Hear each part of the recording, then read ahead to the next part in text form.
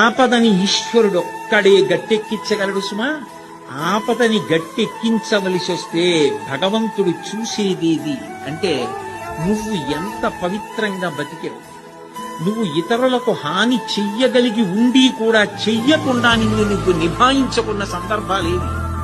నీ కోపాన్ని నువ్వు ఎలా నిగ్రహించుకున్నావు, ధర్మానికి నువ్వు ఎలా కట్టుబడిపోయావు చూసి పరమేశ్వరుడు కౌగులించుకుంటాడు. కబీర్ దాస్ గారు ఓ మాట అంటాడు, ధీరే ధీరే రేమనా ధీరే సబకుచి హోయ్ మాలీసించే సౌకర్య రుకువాయే పలహోయ్ అంటాడు. ఇవాళ విత్తనాలు పెట్టి నేను బిందులు నీళ్లు పోస్తే జామ చెట్టు వచ్చి కాయలు కాస్తుంది. ఇవాళ విత్తనం పెట్టి కొద్ది కొద్దిగా నీళ్లు పోస్తే ఒక 5 ఏళ్ల తర్వాత చెట్టు జరగకాస్తుంది. ధర్మాన్ని నమ్ముకున్నవాడు పాడవడు. ధర్మానికి ఫలితం శాశ్వతమైన ఫలితం కాలంలో కనపడుతుంది. ఆనాడు ధర్మం పట్టుకున్నవాడు ఎంత గొప్పవాడో మిగిలిన వాళ్ళకి కూడా ఆదర్శం అవుతాడు. ధర్మం వదిలిన వాడు నశించిపోతాడు. అది నిరూపించాడు భాగవతం ప్రారంభం.